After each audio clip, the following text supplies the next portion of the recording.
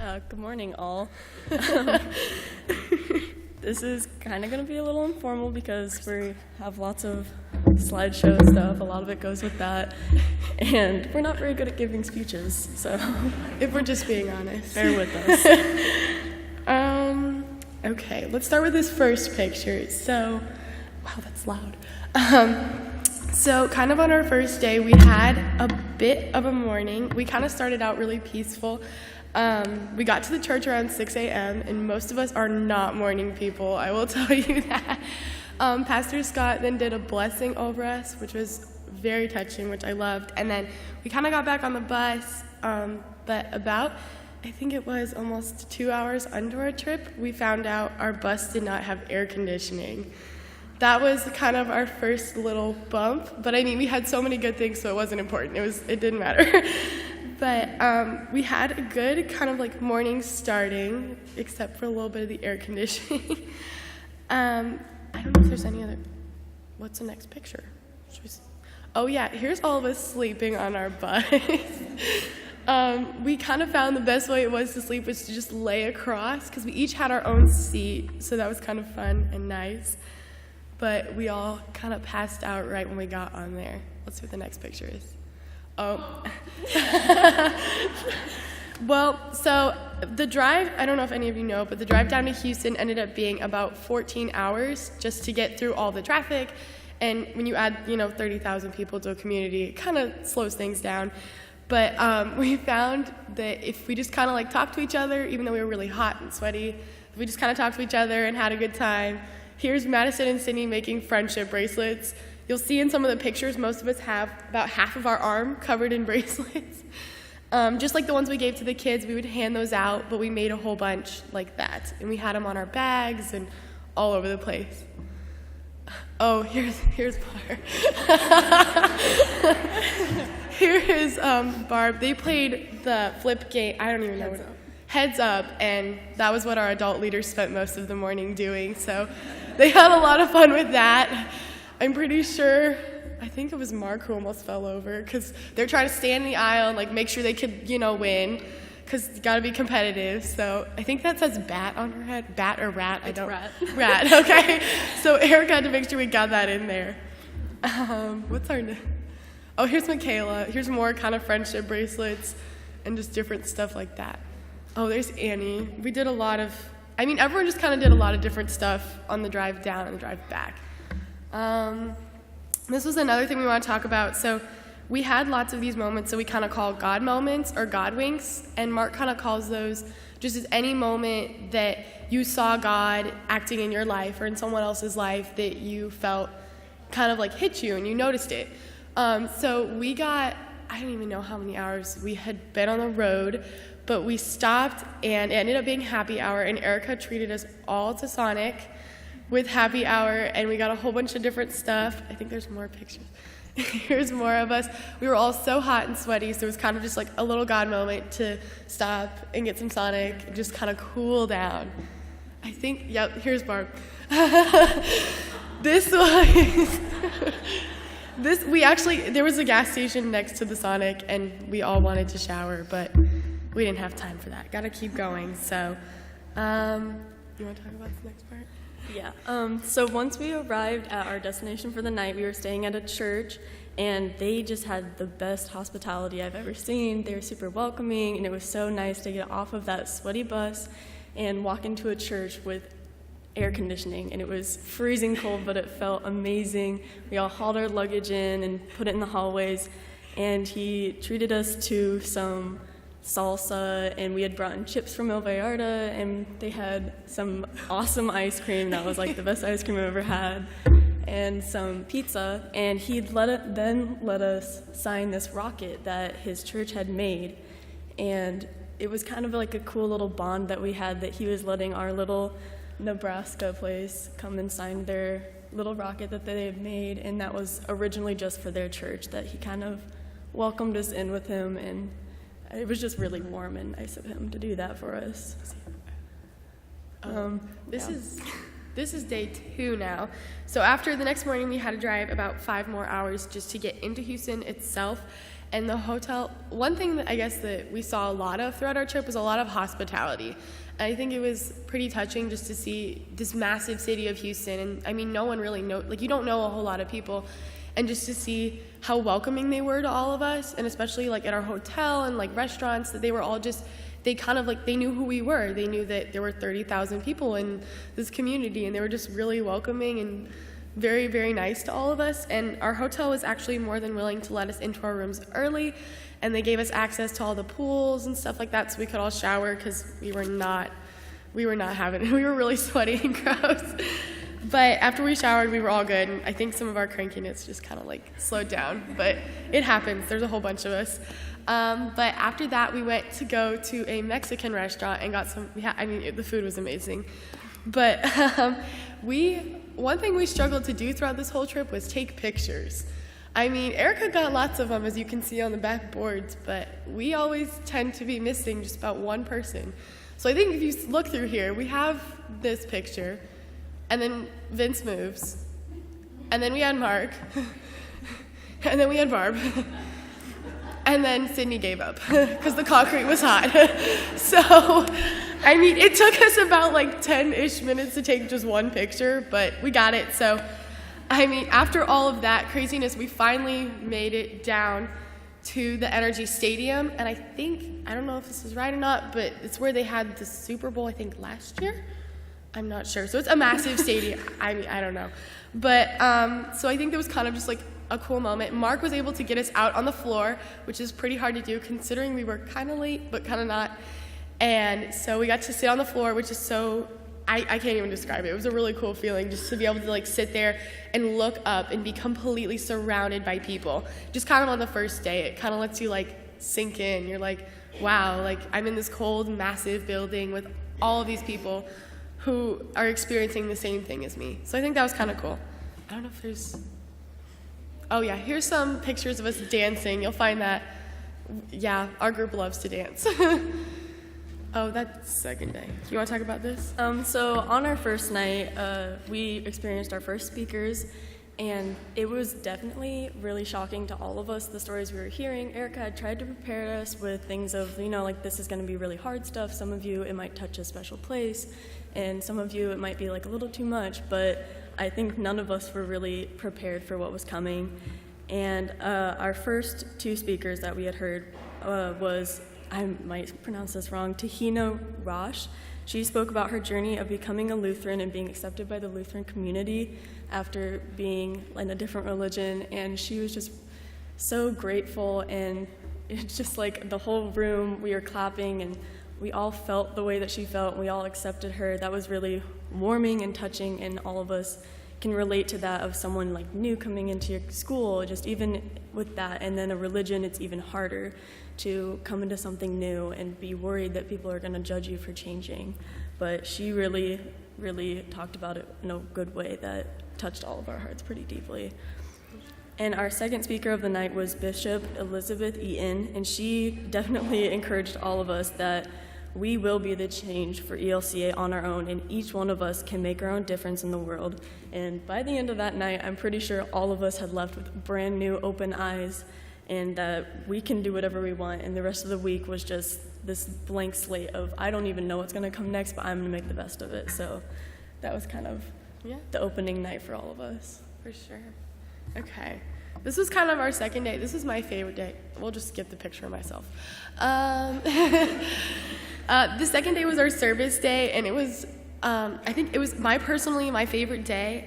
We had no clue what our service project was until we got on the bus, and they were like, surprise, this is what you're doing for the next couple hours. So they surprised us, and we were headed to an elementary school in a suburb of Houston called Neff Elementary, and they had set aside a certain kind of amount of work for us to complete, and we ended up blowing through it. We got more done than they kind of expected, which Mark said kind of happens every year, but we were able to do a lot of stuff for them, which was I felt that I was happy that we could go down and help them. And here's kind of some of the stuff we did. We did all sorts of different things. Like, they had all these garages that we cleaned out, and they had no idea what was even in half of them. So we kind of found out like, oh, you do have this or you don't have that.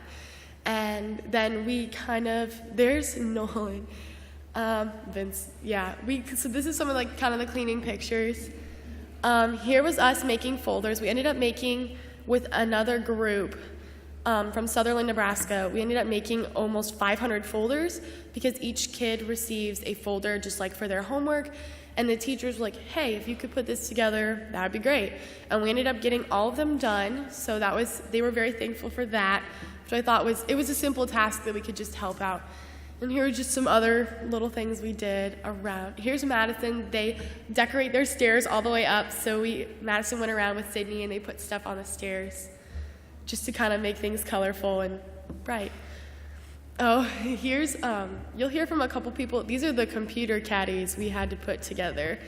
And I don't know how many of them they put together, but there was a lot. And yeah. Here's some sorting they did, just making sure everything's in the right order. So when they start school, teachers don't have to go through and do all of this. And there's our little group picture from the day. But I think it's pretty cool that we were able to help them. And one of our speakers then later said that night for some of us he was like, if any of you have done service, like just think about how like you're doing it with them. You're not doing it for them, you're doing it with them, and you're walking alongside them and you're helping them and you're guiding them. And I thought that was really cool just to kind of like take that back here. And I know that some of us worked on the Habitat House here in Blair, and just to kind of think that like you're not above somebody, but you're with them and you're helping them through that, which I thought was really neat. What's the next? Oh, this is a picture that we took because most nights we were kind of in different places. Like one night we'd be down on the floor, and then the next night we'd be up at the very, very top, and then we'd go back down, and then we'd be all over. But this was just kind of like a picture that shows you just how many youth were there. And yeah, it was really cool. That was just the main cross that we had. Okay, you want to talk about that? Mm-hmm. So on our third day, we kind of got to do a little different thing. We didn't do really like service or anything, but we did do a lot of donating at one of the centers that was next to the stadium. And there's hundreds of organizations that are represented by other stuff where you can go up and you can get brochures and you can learn about them. And is there any place like near my house where I can, or like my town where I can get involved with them? Are they in Nebraska? And we did start off our time by an interactive learning thing where we went to donate on the behalf of the church to ELCA's World Hunger Global Farm Challenge, where we donated some money. I don't know how much, I do not remember. And then we made our way over to the United Against Human Trafficking organization, and we had made a bunch of blankets that you can see us holding, and we donated them to them, and there was 9 blankets, and they were just so grateful that, I don't know if there's a picture of the ladies. No, there's not.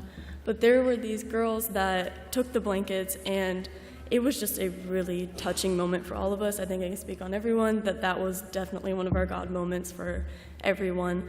And there was another clear moment where you could see how we made these little blankets. Well, they're not little, but they didn't take much time. It took us maybe 5 hours to make 9 blankets with the help of the ladies from the church.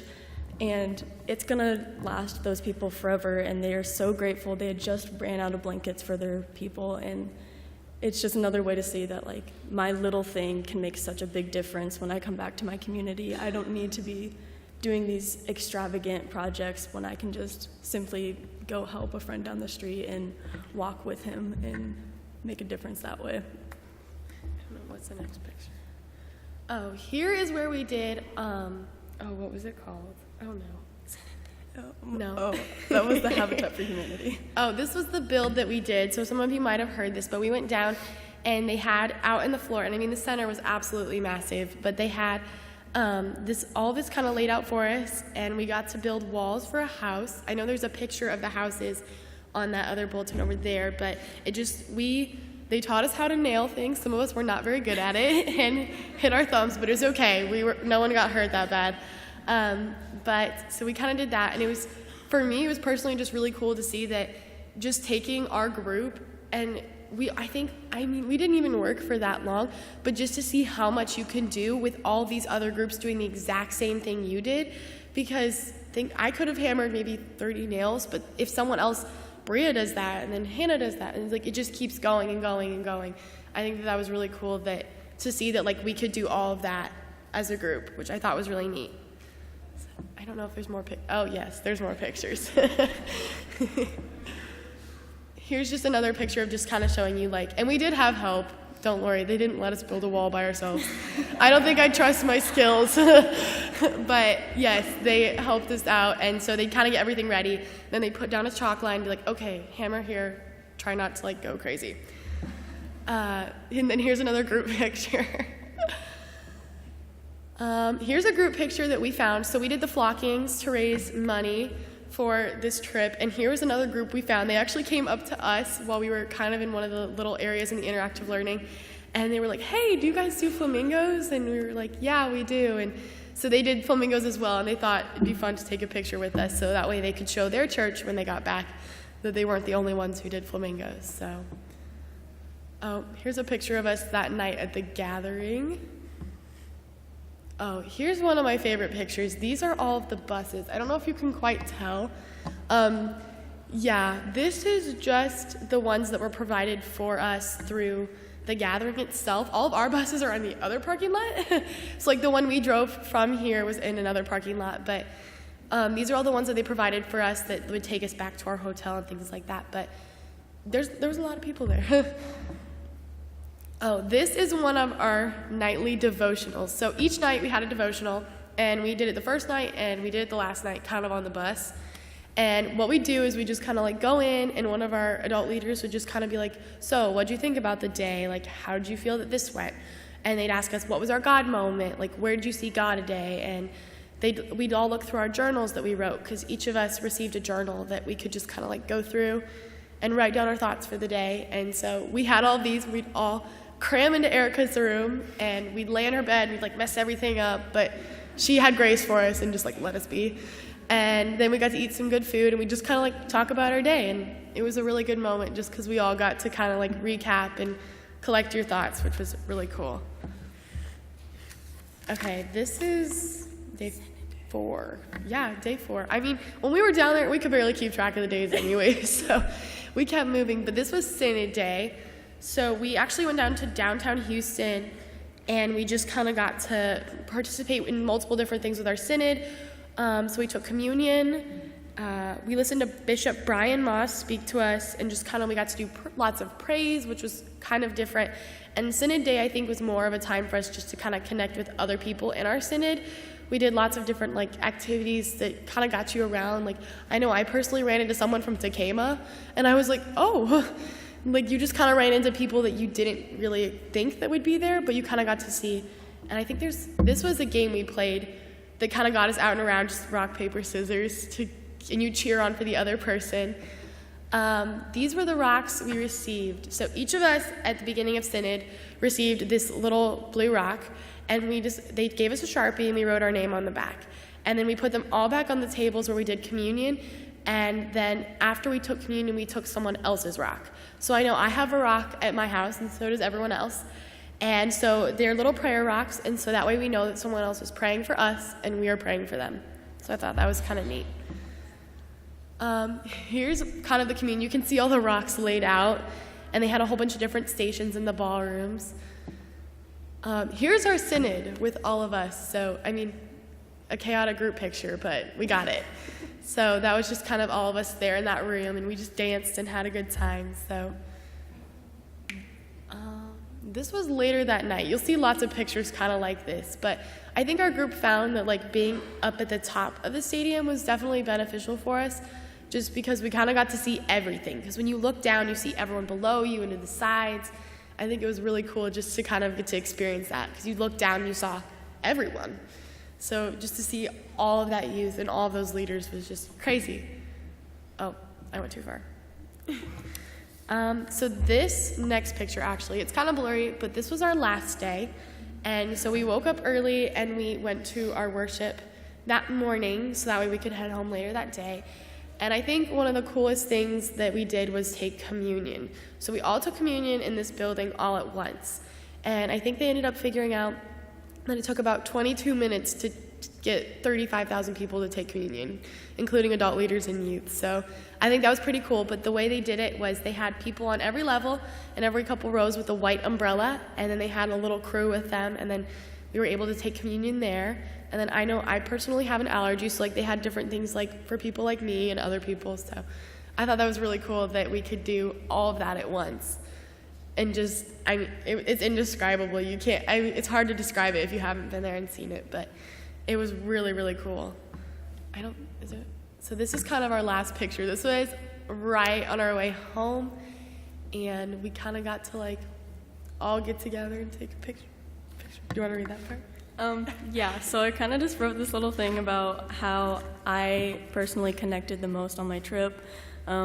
As many of you know, I'm like a huge dancer and stuff, and this is one of the nights where they did have some dancing, which just thrilled me, because when I first began dancing, I was just a really little girl, and every class I struggled and stumbled and didn't focus very well, and although I wasn't the best, my parents still forced me to go back to class, and every year before I knew it, dance became a huge part of who I really am.